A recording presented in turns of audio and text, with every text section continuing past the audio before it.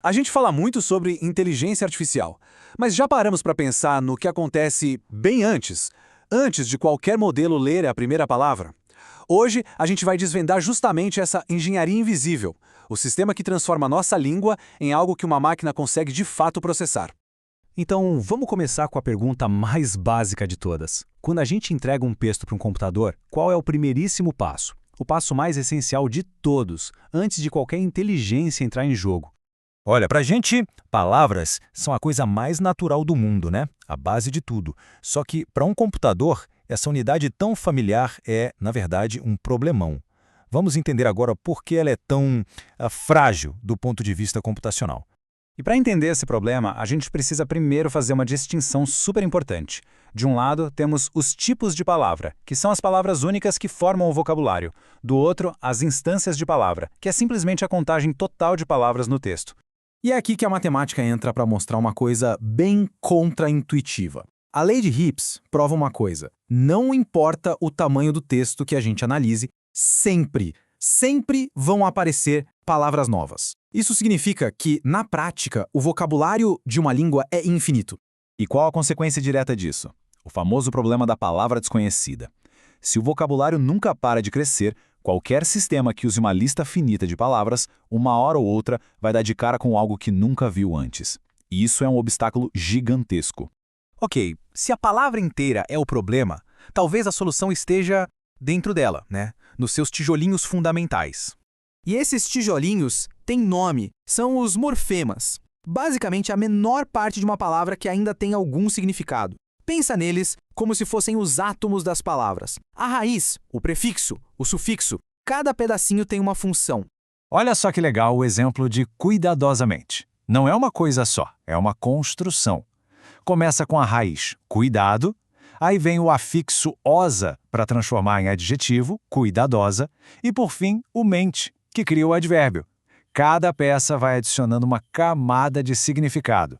Parece uma ótima solução, né? Quebrar tudo nesses pedacinhos, nos morfemas. O problema é que esse plano, ele desmorona quando a gente olha para a imensa diversidade das línguas que existem no mundo. É que as línguas não seguem um padrão único. Em extremo, temos as línguas isolantes, onde cada palavra é basicamente um morfema. No outro, as sintéticas, onde uma única palavra pode ser tão complexa que equivale a uma frase inteira. Tentar criar um sistema de regras universal para isso simplesmente não funciona.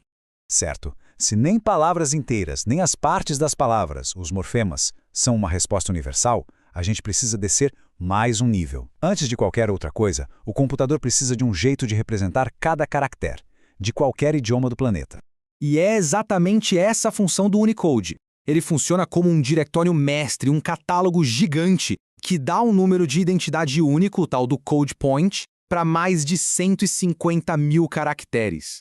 Só que ter esse número de identidade não basta. Como isso vira informação de verdade, em bytes? Aí entra o UTF-8, e a genialidade dele é que ele tem um tamanho variável. Como dá para ver na tabela, um A comum, super frequente, usa só 1 byte. Já um emoji pode precisar de 4. É essa eficiência que forma a base invisível que permite o processamento de texto em escala global. Ok, agora que a gente já entendeu os problemas e a base de tudo, a gente pode finalmente olhar para a solução que realmente funciona em escala. Uma solução moderna e, francamente, muito elegante. Essa solução se chama Byte Pair Encoding, ou BPE. E o pulo do gato está todo aí nessa frase. Em vez de depender de regras linguísticas super complicadas, ele usa estatística pura. Ele aprende quais são as partes mais importantes das palavras olhando diretamente para os dados, para o texto. Mas como ele funciona na prática? É um processo surpreendentemente simples. Pensa assim, primeiro, ele começa com cada letra sendo um token. Daí ele olha o texto todo e acha o par de letras que mais aparece junto. Achou? Ele junta esse par, cria um token novo e adiciona no vocabulário. E aí, repete tudo de novo, várias e várias vezes. Vamos ver um exemplo para ficar mais claro. Imagina esse texto aqui. O algoritmo vai escanear tudo e perceber que um dos pares mais frequentes é o O e o V, aparecendo lado a lado. Então ele age, junta O e V e cria nosso primeiro token novo, o OV.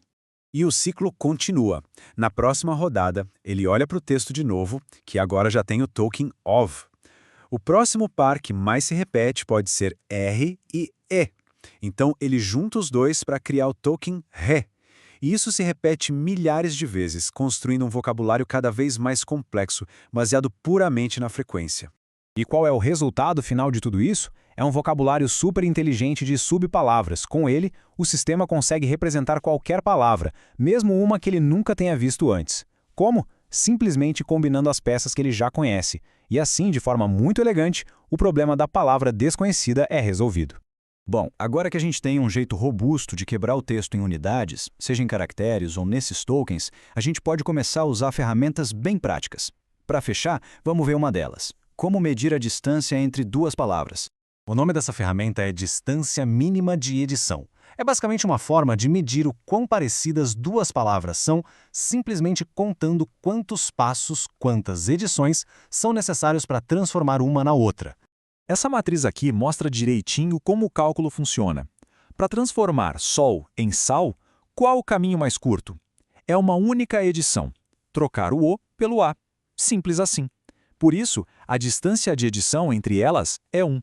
Isso não é só teoria, não. É a lógica por trás do corretor ortográfico que a gente usa todo dia. E mais, é fundamental para avaliar sistemas de reconhecimento de fala. A famosa taxa de erro de palavra é, no fundo, a distância de edição entre o que a pessoa falou e o que o sistema conseguiu transcrever. Então, até aqui, a gente descobriu toda a fundação, a engenharia que estava escondida e que transforma texto bruto em tokens bem estruturados. Mas tokens são só símbolos, certo? O verdadeiro salto, a mágica, acontece a seguir. Como a gente atribui significado a eles? É essa pergunta que abre a porta para os modelos de linguagem que estão mudando o mundo.